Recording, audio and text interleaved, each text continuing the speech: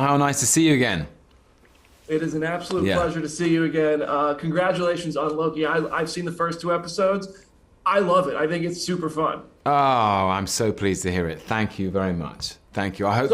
Is it early where you are? Are you on the Pacific Coast? You're on the East Coast, West Coast? I'm in Nashville, so it's 7, so it's not too bad. Okay, not well, too bad. 7 is still. That's still. Thank you very much for getting up at 7 to speak to me. Hey, listen, anything for the God of Mischief, you know what I mean? So I want to start at the beginning of this show with you, if we can. Yeah. So this is a character you have spent so many years evolving and growing and having these arcs with. And now in Loki, we start with the 2012 version, who hasn't experienced Ragnarok and the Dark World and Infinity War. He just got done trying to invade New York City. Yes. So tell me about this Loki and getting back into this character. What is his mindset? What's the number one priority for this guy who just had a hell of a day?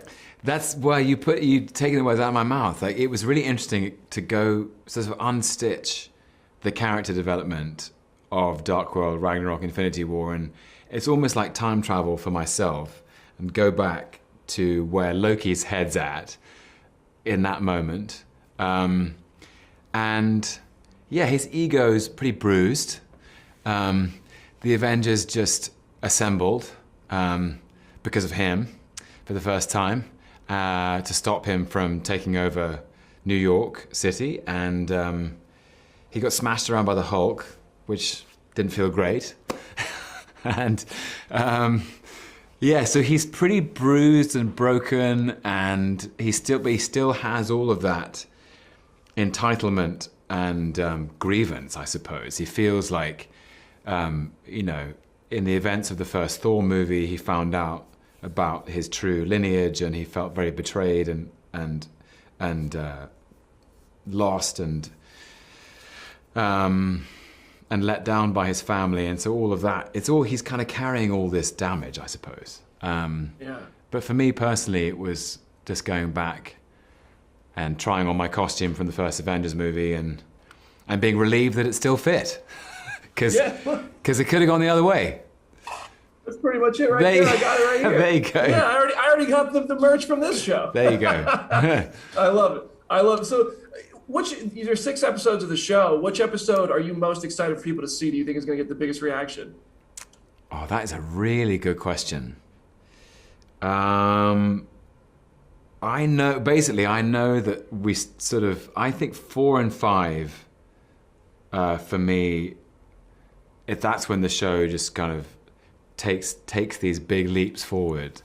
I'm really, really intrigued by to see what people think of the end of 4, beginning of 5. It's like, yeah, poor Loki. Poor Loki gets a.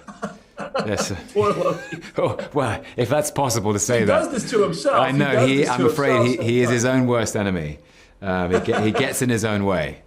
And so my last thing for you, I want to talk about the Infinity War, the scene where Thanos kills Loki. Yeah. It seems like Loki, you know, he puts on the show that he's ready to betray Thor, but clearly he's bought in a little bit to that relationship through these years. I'd love to, you know, can you give me a peek into Loki's mindset there? What were kind of his final thoughts as you know, Thanos was choking him out and he was sacrificing himself to save his brother? Yeah, that's a great question. You know, I think that whole scene is overwhelmingly terrifying for both Thor and Loki. From the moment that film opens. Yeah. And I think genuinely, you know, he's seen Thor in some tight spots before, but he's always trusted that his brother will find a way out of it. And in that moment, he knows, like, if he doesn't do anything, that his brother will die at Thanos' hand. And when he first starts speaking, I think he's just stalling for time. He says, if you're going to Earth, you might want a guide, have a bit of experience in that arena. And he's just trying to think of a way of stalling Thanos and he's improvising. And then I think he realizes, I've only got one shot at this. And it might not work, but at least I'll have saved my brother and I'll go down swinging. And I always found that very touching, is that, you know, when he knows what he's going to do, and in Loki's defense, I know some people have been, why does he use a knife and stuff? But he does go for the head, and he almost makes it. So he knows how to do that. But I always found it very touching that when he's listening, he's sort of introducing himself. He says, "I, Loki of Jotunheim, Prince of Asgard, God of Mischief, Odin's son." And he calls himself an Odin's son. And really those movies up until that point have been, especially from Loki's perspective, is like who gets to call themselves an Odin's son? And the fact that he kind of addresses himself in that way and looks at Thor I found really touching.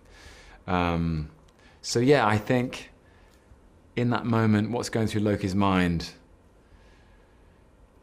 damn, didn't work, I guess. But hoping that Thor will find a way out. Yeah. Well, they made it happen in the end. They did. Here I am. Here we are. Look at that backdrop behind you. I kind of can't believe it myself. Yeah. That's great. Well, congratulations on the show, man. I can't wait to see more of it. And thank you so much for the time. Hope to talk to you soon. Thank you, sir. Yeah. See you again.